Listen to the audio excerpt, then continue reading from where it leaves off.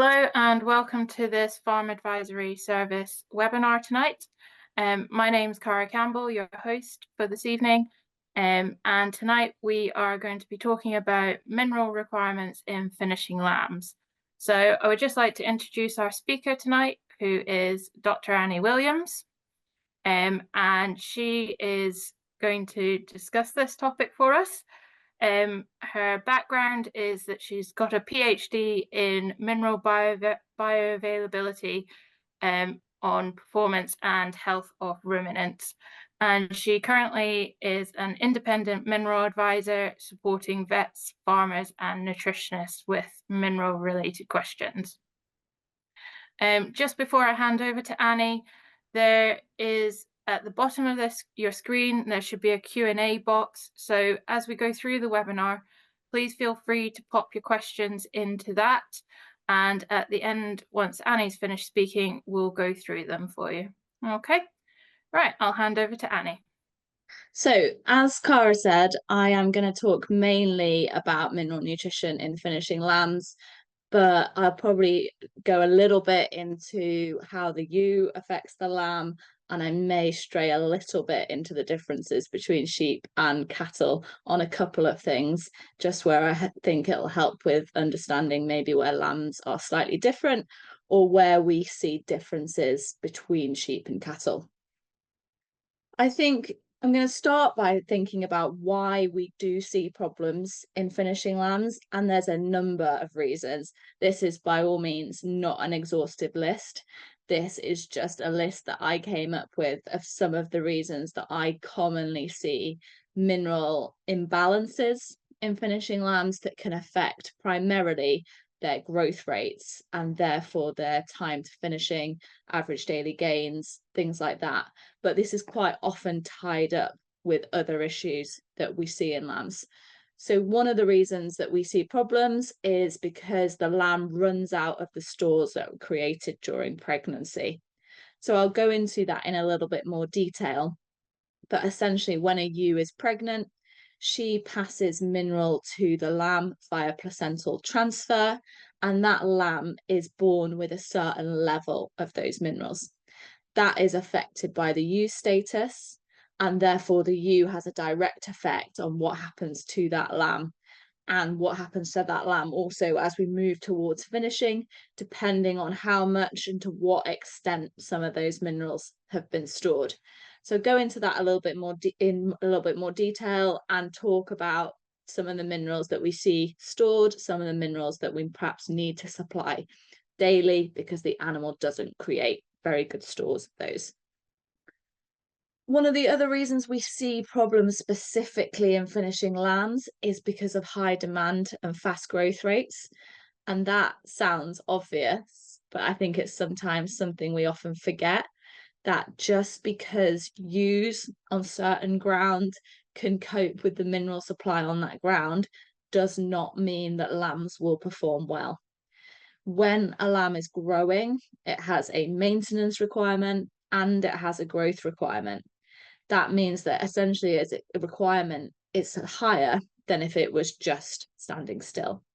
So sometimes we see problems where we don't expect to because we're asking lambs quite often to grow at quite rapidly demanding growth rates. So there are certain minerals that are involved directly in growth.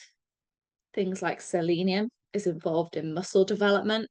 And there are also those minerals that are involved in metabolic rate. So allowing that lamb to use the feed that we put in front of it. Some examples of that I'll go into a bit more detail on would be cobalt and iodine. Another reason I think we see mineral imbalances in finishing lambs is disease and parasite pressures. And sometimes it can be really difficult to separate, have we got a nutritional imbalance causing a parasite burden or a disease, or have we got a parasite burden or disease causing a nutritional imbalance? And quite often we don't know which way round those two things are, but we know to successfully tackle them and really get lambs performing, we have to do both things in tandem. So we have to tackle that mineral imbalance and we have to tackle that disease or parasite burden, because minerals are strongly involved in the immune system of the animal and therefore its ability to fight disease. They're involved in the animal's response to parasites. But on the other hand of that story, if we've got a parasite burden, then potentially, for example, if that's in the gastrointestinal tract of the lamb, that might affect nutrient absorption, and therefore that affects the absorption of minerals, and we get a mineral imbalance that way. So it can be hard to separate those two things, but what we need to make sure that we're doing when we're looking at performance and intervening in those lambs is that we tackle both of those. Another reason we see problems is quite simply because of poor quality diets. Sometimes we see things being pinned on, this is definitely minerals, these lambs aren't performing, it must be my mineral nutrition, or it must be a parasite burden, when it's something as simple as actually they're not getting enough energy and protein for the rate at which they're growing. If that's the case, a mineral is not going to solve that problem. We have to look at those macro elements in the diet first. Antagonism in the diet. An antagonism in the diet can come in many forms. So it could be that a certain form of mineral is antagonizing another. So the classic that most people have heard of in that situation would be trying to get absorption of copper, but that's being antagonized by sulfur, molybdenum, iron. We get other types of antagonism, and I'll talk a little bit about goitrogens, particularly if you're planning on outwintering lambs, and how that can antagonize iodine. Go into a little bit on those things and what we can do about it. But I think it's really important that we start by looking at why is mineral nutrition important in the first place. And this would be across the board. We're obviously talking about finishing lambs tonight, but minerals are important for us as humans, important if you've got cattle, pigs, whatever it may be, because they're involved in almost every process in the body. So in the nervous system, in the metabolic system, in creation of muscle, in almost everything that you can think of as a pathway in the body, the mineral is either directly involved with, or it's involved with something like a coenzyme within that process. And how I think of them is a bit like looking at the picture on the slide where we've got a car or a tractor, whatever it might be. We're going to put fuel in that car to keep it going. That fuel is like our energy and protein in the diet. If we stop feeding sheep with fuel, so we stop putting feed in front of them, they run out of energy or protein really quickly, and we will notice that in their performance. So we'll notice almost immediately we're not feeding these animals enough, they are underperforming, or if we stop feeding them at all, obviously they run out of fuel completely. In this analogy, where our mineral sits is as the oil. So the oil is helping to run the car more efficiently. It's helping to run all those processes within the car that keep it going. So although if you're running low on oil, you may not notice immediately, it will have a severe detrimental effect if you don't do anything about it. So the animal may take longer to respond to mineral imbalances than it would an energy or protein deficit, but they can have a severe detrimental effect on performance. And I'm calling it, you'll notice I'm calling it imbalances. I'm not calling it a deficiency. And the reason that I'm calling it an imbalance is because that's what minerals are about. It's all about getting the balance in the diet right, getting the balance in the animal right. Because what we don't want is an undersupply and therefore a risk of deficiency, but we don't want an oversupply and a risk of toxicity. And depending on the mineral, depends on how high the risk is either way. So there are certain minerals where on this curve that we've got on the slide, we would be operating in a much narrower range. So the mineral I think that most people are fairly familiar with, where we'd be operating in that pretty narrow range, would be copper. If we undersupply copper in finishing lambs, they will stop growing. If we're trying to take them through as replacements, we'll have issues with fertility. But if we oversupply, particularly in breeds that are relatively copper sensitive, as in they absorb copper easily, so our continental breeds, Texels, Beltex, Cleans, that sort of thing, they will go into oversupply and risk of toxicity relatively easily. When we get an oversupply, those animals effectively store that copper in their liver, they release it into the bloodstream. If they release it into the bloodstream in huge volumes, that causes a toxicity within the animal. And at best, it makes them very sick. At worst, it kills them. So that is the extreme that we see for copper, but we see all minerals along this sort of balance curve somewhere. It just depends on how wide that curve is. So the next one down from copper would be selenium. And then we start to move into some of the other trace elements where our risk between of oversupply is relatively small, but we still do need to bear it in mind that we should be thinking about the status of the animal as a balance between how much that animal contains and how much there is of other mineral which might potentially interfere with the uptake of it. I'm going to go through a few of the minerals just on their own, of the ones that we see classically causing issues in finishing lambs. So I'm not going to go through an exhaustive list of every possible mineral that could cause a problem. I'm going to go through the ones that I most often see causing an issue in lambs. And the one that is most common and we've got to talk about first is cobalt. So a lamb doesn't actually have a requirement for cobalt. What it has a requirement for is vitamin B12. But ruminants are really clever, really well adapted. They have a microbiome inside the rumen. Within the rumen, the microorganisms convert cobalt that the lamb ingests. So we could be talking about ingestion from feed, we could be talking about ingestion from grass, we could be talking about ingestion if you choose to use a supplement. Either way, those microorganisms within the rumen convert that cobalt to vitamin B12. And it's that vitamin B12 that is really important for the lamb. And if there is insufficient vitamin B12, we will see that directly affecting feed efficiency and therefore weight gains.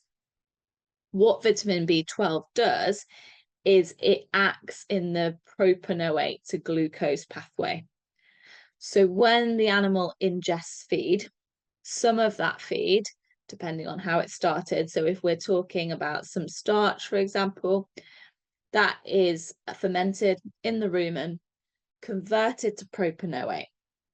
That propanoate, for that animal to use it for growth, needs to be converted to glucose. In order to convert it to glucose, we have to have an adequate supply of vitamin B12 within that pathway. If we don't, we will see the animal not being able to convert feed as efficiently as it should be. And I think a shortfall of cobalt and therefore a shortfall of vitamin B12 is probably the most common mineral imbalance we see in finishing lambs. It's also really strongly linked with the immune system. And it's also really strongly linked with how that animal responds to a parasite burden. So quite often what we'll see is simultaneous gastrointestinal parasite issues alongside a cobalt vitamin B12 deficiency. And like I said on the slide at the start, it's really difficult to separate which one caused which. So it's really difficult to say, did the fact that my lamb have had gastrointestinal parasites cause it to be relatively poor at nutrient absorption and therefore its vitamin B12 status is low? Or was its vitamin B12 status low? That affected its immune response, and therefore it got infected with gastrointestinal parasites. It's really difficult to separate those two things in practice. We can do it in research, but in practice, it's really quite tricky. What I would say is what we need to do is make sure that we tackle both in tandem. So if we're tackling a lamb with gastrointestinal parasites, that we're also making sure that it is of optimum mineral status to help that immune system. Or if we're checking it, have we got a problem with mineral balance? Are we also checking our parasite burden at the same time? The next ones that I'm going to talk about are selenium and vitamin E. And you're going to say this is a webinar about minerals and vitamin E. It's not a mineral. But selenium and vitamin E work in tandem. Where we see problems, we generally see problems with both at the same time. What they are primarily is antioxidants. So they work as an antioxidant function within the body. To an extent, if a lamb is low in selenium but adequate in vitamin E, that vitamin E can make up for that low selenium. Or vice versa. If a lamb is low in vitamin E but adequate in selenium, that selenium can make up for that vitamin E. Only to an extent, not completely fully. Ideally, we would like them to be optimum in both, but we do see a little bit of balancing out. They're both vital for growth by improving muscle development.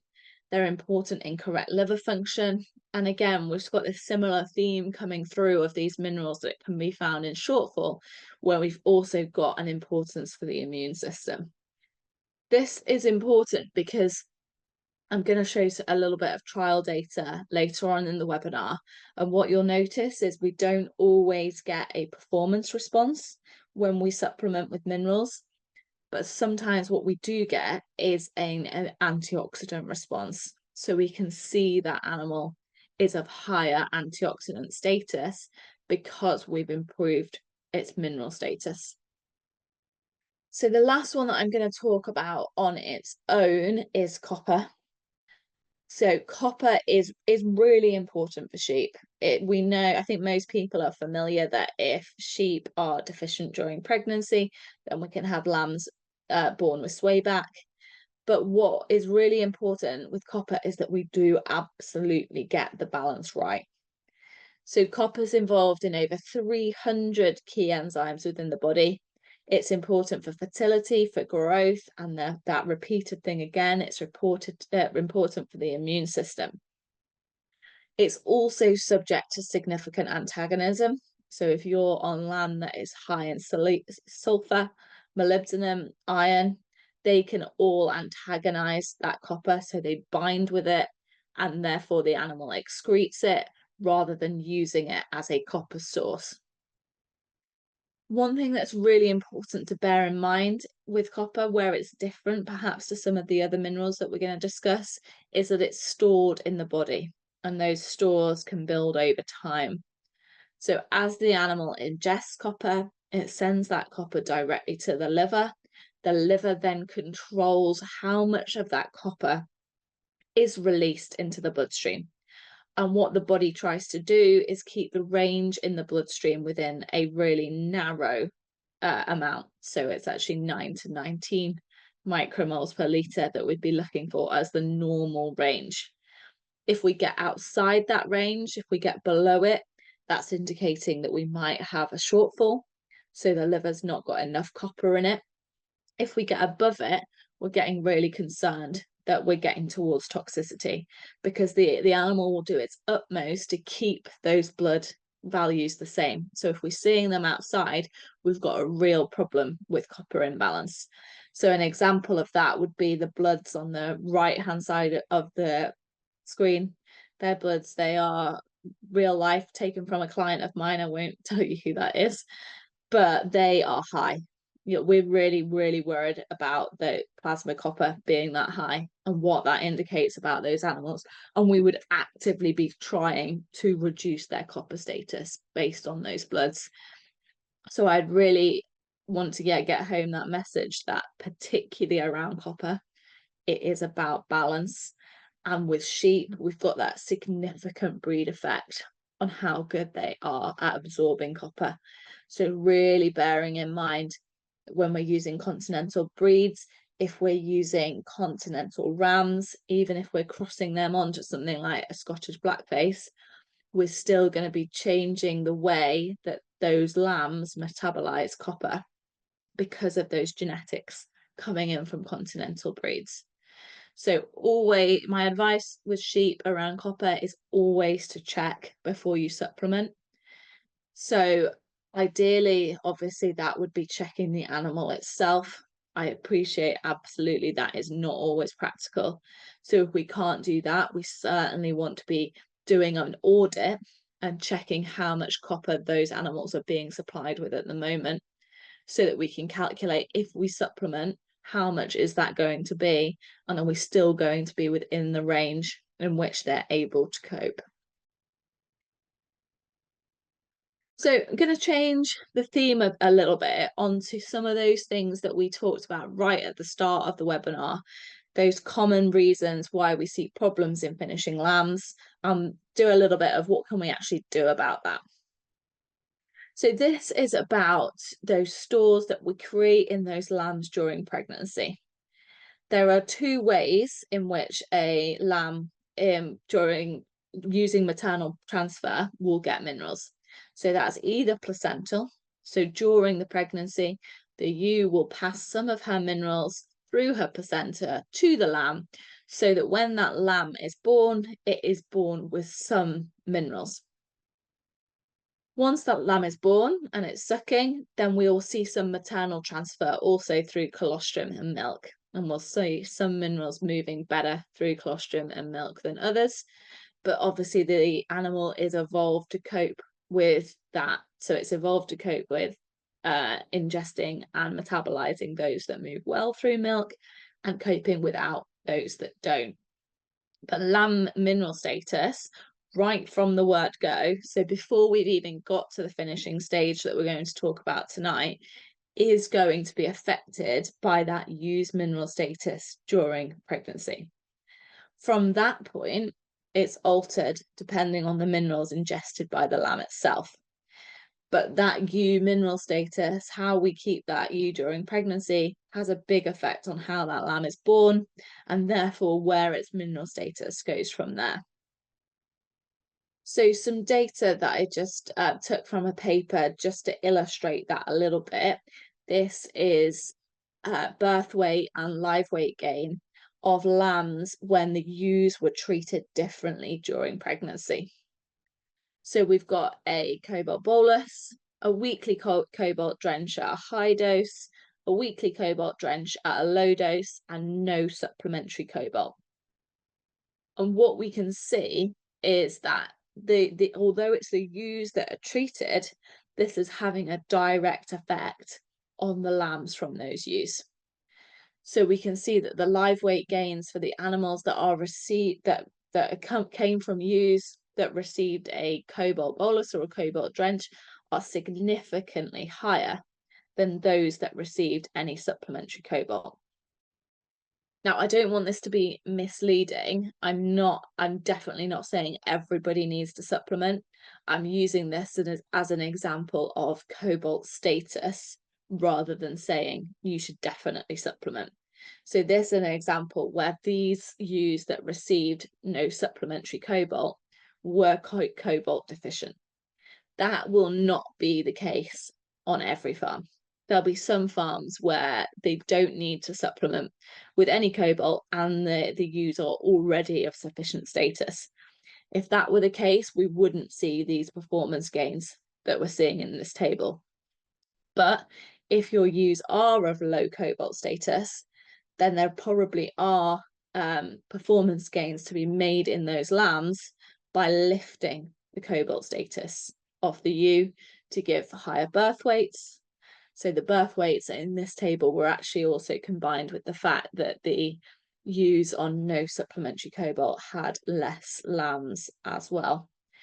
And that also gives us a lower live weight gain going forward for the non-supplemented animals.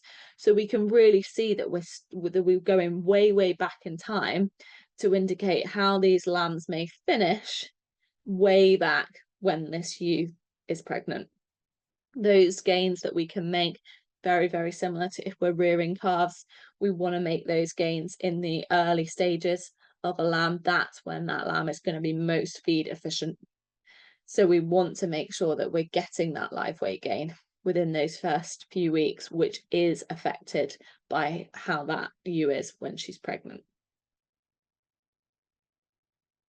A really simple reason why we see mineral issues in finishing lambs is as simple as there is not enough mineral in the diet. And I talk to people a lot about this, and they tell me, oh, minerals is really complicated. It's also complex. I can't understand any of it.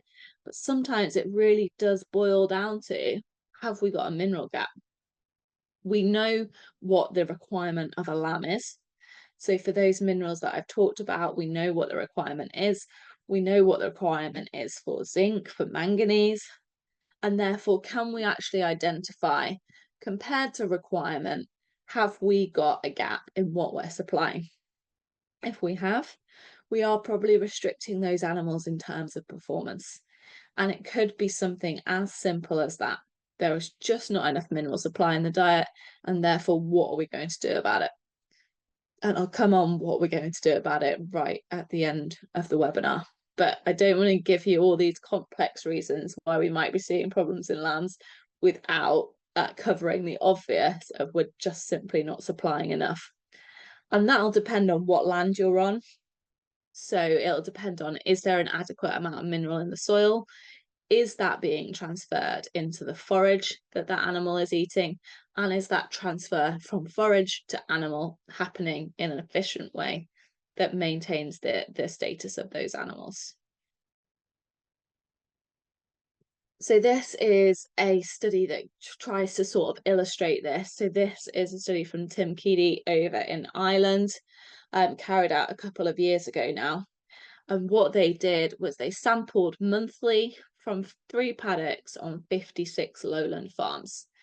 And what they tried to emulate was the expected post-grazing sward height if they grazed sheep on that land. So they're trying to sample as though there are sheep eating effectively to try and see what effect that would have on the diet over time.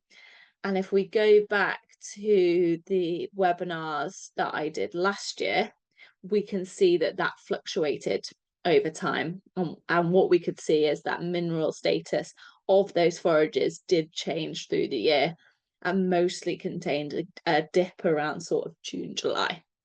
But obviously that's slightly weather dependent and where you are in the country and everything like this. What I've put onto this slide is an example of some of those minerals and whether they met animal requirement. So going back to what I said on the last slide of, have we got something as simple as the grass that we're putting in front of these lambs, expecting them to finish on, does not meet their mineral requirement. So when they conducted this study in Ireland, what they found was for cobalt, the mean mineral herbage concentration was 0.089. That does not meet sheep requirement, and they didn't find a single farm that did meet requirement. So within their sampling on these 56 lowland farms, they didn't find a single example of where that land would be adequate in cobalt to absolutely maximize performance of sheep on that land. Whereas for copper, we saw the absolute opposite result. In 100% of cases, there was a sufficient amount of copper on that land to expect those animals to perform to maximum. And then as we go down the table, we see a little bit more of a mixed bag, but selenium was another example where we're seeing difficulties in achieving sufficiency within those sampling that we did. So I totally appreciate this as an Irish study, but it's probably one of the most in-depth ones that's been done in recent years. And quite a lot of work into sampling all that and putting all this data together. So I think it's a really good example of what we might be looking for in terms of identifying mineral gaps. And that just shows this table just in a slightly different way. But I put the link on there if you want to look at that study in a little bit more detail, because I do think it's a useful one to identify if we've got mineral gaps happening when we're grazing ruminants. So talk a little bit about what I was talking about earlier about disease, parasites, the roles of minerals in the immune system. I'm not going to go into this in really heavy biochemistry detail, because the role that minerals play within the immune system is huge, whether that is affecting that initial immune response. So when a pathogen comes in to the animal, how does that body respond to that? Whether it's in that adaptive immune response, so that building those antibodies and how they respond, anti-inflammatory effects, or its simple role as an antioxidant. In the published data that we see, there are definitely mixed reports on the role of mineral status on infection with gastrointestinal parasites, but I think it's definitely something that is being investigated. And thinking about the role of minerals in the immune system is really, really important. So if we've got lambs that are just not responding or seem to be more prone to disease than we would expect them to, something is wrong all the time, they're not performing, it's definitely worth investigating their mineral status to see if their mineral status is optimum to give them a good immune system. When we're trying to finish lambs, they're under significant pressure. We might be moving them around the farm to different areas, exposing them to different pathogens. It's really important that we build them a good immune system that they can respond to. And their mineral status is really, really important within that, but something that can be quite difficult to just look at by observation. So I'll show you some studies in a minute where they didn't necessarily get a performance effect, but they did get an immune response. And we can discuss in detail whether that's important, because if it's not directly affecting their performance, was it a problem in the first place? That's an interesting question in itself, but it's certainly something we're starting to link together, this idea of minerals being really important in modulating that immune system and helping that animal respond to any pathogen that it's exposed to. Antagonism in the diet can be a really important reason why we have mineral challenges. And I've put this graphic on. I haven't put this graphic on to be really scary. I'm not going to talk to you about every single interaction that we see in this. What I'm trying to illustrate is that mineral nutrition is complex, but we do know a lot about it. We do know a lot about how these minerals interact, whether that's how they interact in soil and the passing to the forage, or whether that's how they interact within the digestive tract of an animal, whether that's how they interact within the blood of an animal. We do know quite a lot about those things. And there are some minerals and their antagonism or their interaction that we are still learning. But there are a lot where we're really certain about how those minerals interact with others and what effect that may have. What I always come back to is this soil forage animal analogy, and that is, if it isn't in the soil, it won't be in the forage. And if it isn't in the forage, then it won't be in the animal. So really bringing it back to those basics. And whether we go soil forage animal is affected by a number of things. So soil pH. Soil pH affects which of those minerals are absorbed by the crop that we're growing, and whether we swing soil pH towards the acidic side of the scale or whether we move it up towards that alkaline side of the scale affects which minerals are absorbed into that forage. The growth rate of the grass is also really important. If we've got rapidly growing grass, then we've got less time for those minerals to be absorbed into that grass, and therefore we're likely to have a lower mineral status. That's why we see problems with low magnesium grass staggers in the spring, because the growth rate of the grass is high. Plant species is also important, and I think actually as we start to diversify into herbal lays, mixed swards, different diversity within swards, we're going to see that become more and more important. We're already seeing data coming out within those mixed swards of there being higher levels of minerals than there would be, say, for example, within a ryegrass. So how can we start to use that data and use that to our advantage in order to improve the mineral status of these animals? Because I've no doubt that we'll start to see a growing body of evidence that having more diversity within our swards helps with those mineral imbalances and helps the animal to be able to get sources of mineral from within those diverse swards. Can't forget some of the things that we do too, that soil forage animal interaction, and that being fertilizer. So fertilizer spreading, something like putting high volumes of sulfur on, is going to massively affect the interaction that we see within this graphic on the left, and how that forage absorbs mineral and therefore how the animal absorbs mineral. The interactions within that graphic look really complex, and they are, but a lot of those interactions will not be important for animal health. There are certain ones that have been researched and investigated that we know are really important for animal health, but there are others where perhaps we know they happen, but their importance is not so great.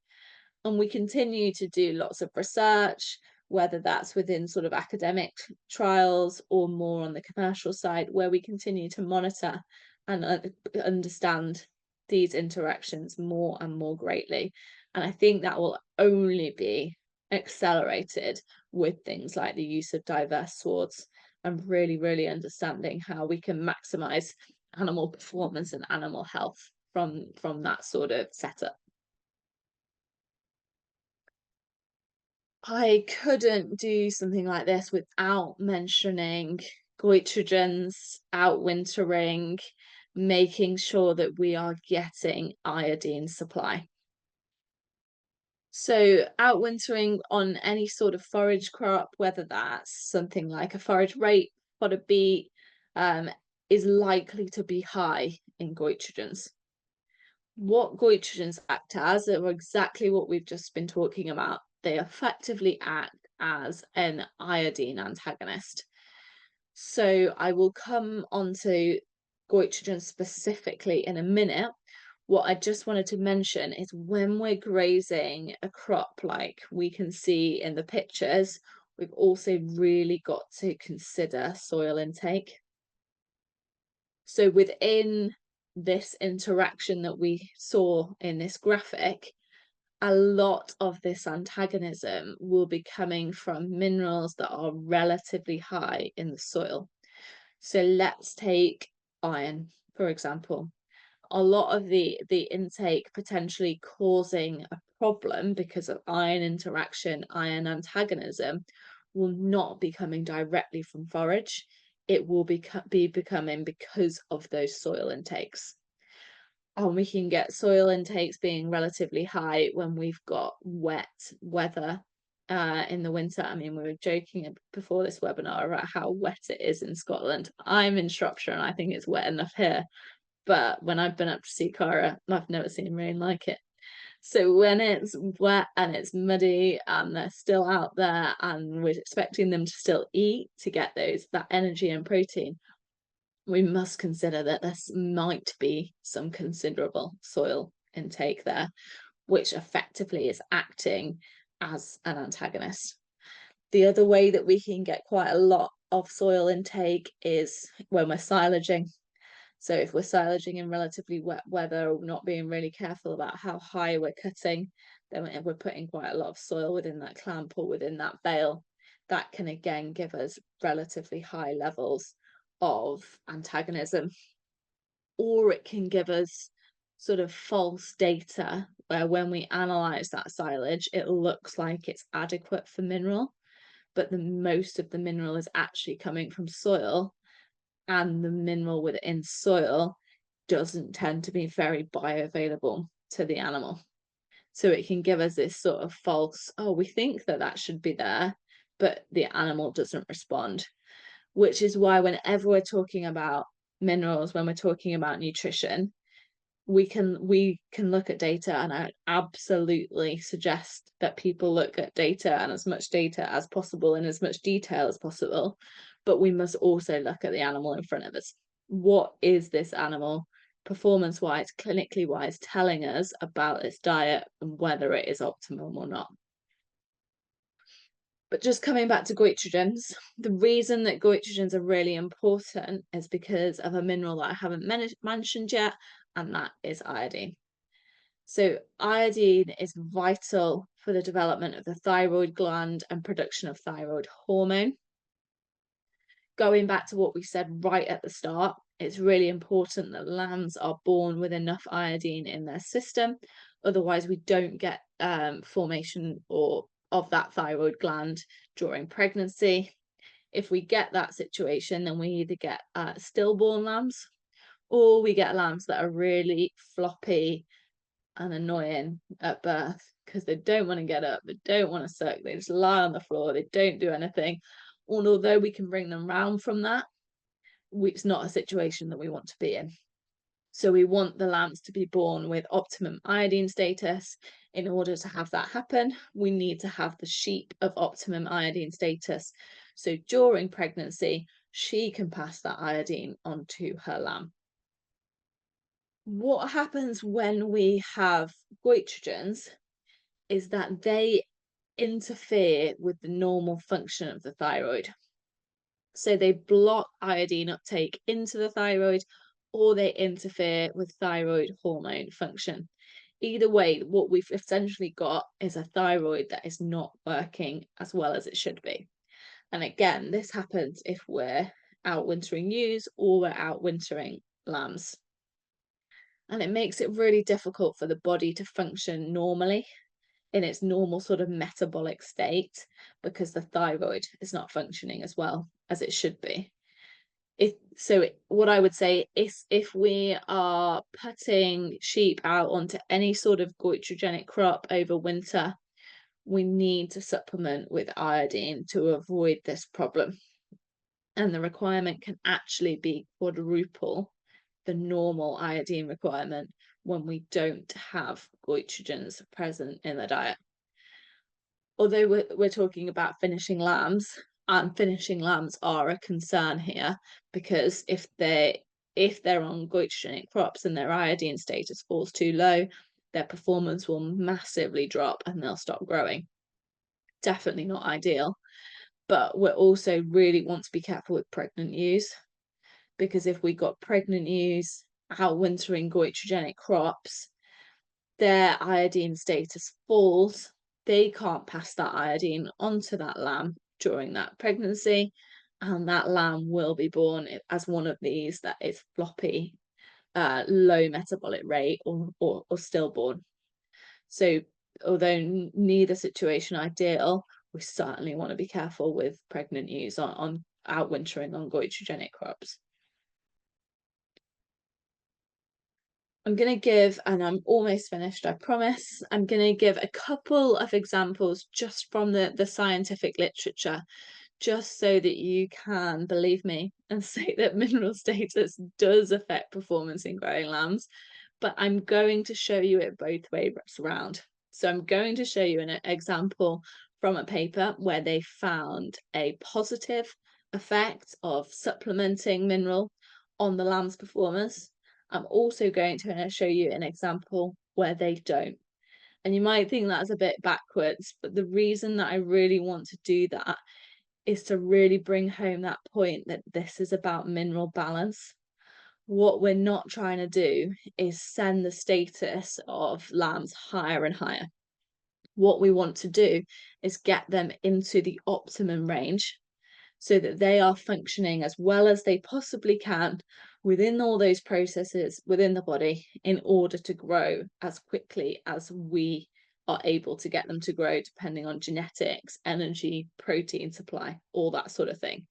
So I want to show you an example, and this is the example where these animals were being held back because their mineral status wasn't optimum.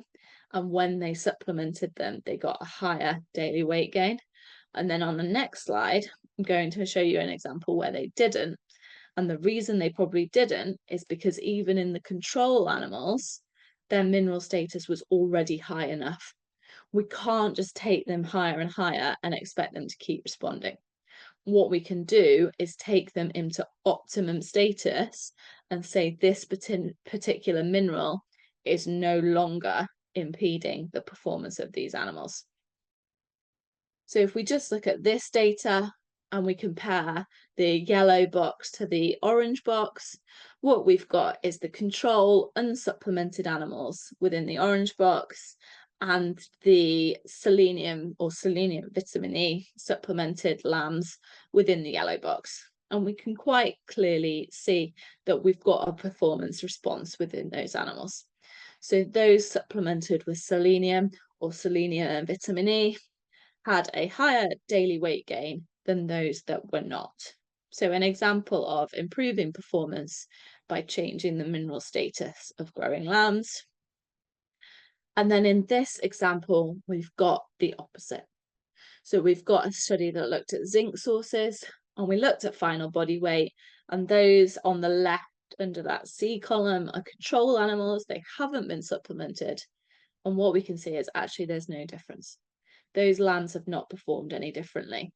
So it's all about looking at individual situations and really saying, is there anything holding these animals back? Where is our mineral balance at? And what can we do about it? If there is something holding mineral balance back, then we can look at supplementation. And there's lots of different supplementation options on the market. So we can do in-feed, we can do drenches, boluses, injectables. If we really, really have to, we can use a bucket or a lick. They are not my favourite thing because it is so difficult to control intake. You will have some animals that within the group that come forward and they love it and they've got their head in the bucket every day. You'll get some animals that just not interested, or perhaps they're the bottom of the pecking order and they just don't get a look in. So buckets and licks would be my least favorite option in terms of supplementation, but if it's our only option, then that's what we'll go with. So my major message around supplementation is what suits your system. Do you need to supplement? What is the option that you're going to be able to supplement with on your farm? And how are you going to implement that in a way that is going to improve the performance of those lambs that you're trying to finish? That is all from me. So if there's any questions. Brilliant. Thank you very much, Annie. That was a really interesting webinar and a lot to think about, and very much thinking about whether we've got that mineral balance right in the finishing lamb. So just a couple of questions have come in. Remember, you can put your questions in the Q&A box at the bottom of the screen, and I will ask them to Annie as they come in. So part of your webinar, you've talked about the cobalt vitamin B12 deficiency that I know I've had a few farmers last year ask me that a few times. What would you recommend as like the best method for supplementing that? Because obviously you can get cobalt in a bolus, or you can get, I know New Zealand have the smart shot, so that vitamin B12 injection. What would you say? So they're all effective. So in all, what we're trying to do is basically get that animal to convert it to vitamin B12. As long as the vitamin B12 is there, it's fine. So they're all going to be effective. I think what we've got to look at, particularly if we're doing something like lambs, is looking at what is the most cost-effective option. So if we're feeding lambs anyway, might as well stick it in with the feed. It's probably going to be your cheapest way of doing it if you're feeding them. If you're not, I'd be thinking, how long is this lamb staying on my farm for? So if I'm not very far away from finishing, then I'd be thinking, I don't really want to use a bolus that's going to last 4 or 5 months, because this lamb's going in a month's time. So then I'd be looking for something like, I don't know, can I just boost it with a drench? Drenches are definitely not giving us that long-term supplementation, but in that situation, they are going to work in terms of boosting that animal status. If that animal's staying on your farm for much longer, perhaps you're taking it through, using it as a replacement, or you're looking at these animals at weaning and going, yeah, I've definitely got a mineral imbalance here and need to supplement with some cobalt, then perhaps a bolus is the option. What I would say when it comes to boluses is they are not all the same. If you're thinking about using a bolus, ask that bolus supplier for the data that gives you confidence that that bolus is going to work. So they're definitely not all made with the same efficacy. They're definitely not all made in terms of, if they say they supply for 6 months, they don't all do that. So any good bolus supplier should be able to give you that data that gives you the confidence to go, yeah, they've checked, they've trialed this in the lab, in animals, and they know that this bolus is effective. So making sure that you do that. An injectable is an option. I would see an injectable as more of a sort of firefighting method than a method that we should be using to sustain status. But if we're really in trouble and we need to lift status quickly, animals are really underperforming, then injectables are also an option. Okay, brilliant. So here's a question. How do we find out the mineral deficiency in our flock, and how often should we be checking this for mineral changes throughout the year? Yeah, everybody always wants the golden, don't they? Test on this day and you'll be good. It's really difficult. So in terms of checking the mineral status of the flock, I would think of it a bit like a jigsaw puzzle. So there's lots of things that we know are affecting mineral status, and there's lots of things that we can test. What I would come down to is we either need to test input. So we either need to test probably the forage that animal is eating, and then we can consider, are we feeding any concentrate, anything like that on top of that? Or we need to test the output being the animal itself. And what we do probably slightly depends on the situation. If there's no reason to, then we can look at the input. We can say, let's check forage. Is it of adequate supply? Do any of those things that I've talked about come up? Is it high in antagonists? Do we suspect that we've got a lot of soil ingestion? All those things. And can we look at animal performance? Like I said earlier, it really does come back to, we can look at all this data, but we also really need to be careful about looking and listening to what the animals are telling us. As a farmer, if those lambs are not performing as well as they should be, and then we can do a more in-depth investigation. So if we're looking at bloods, we can measure a lot of those minerals within blood.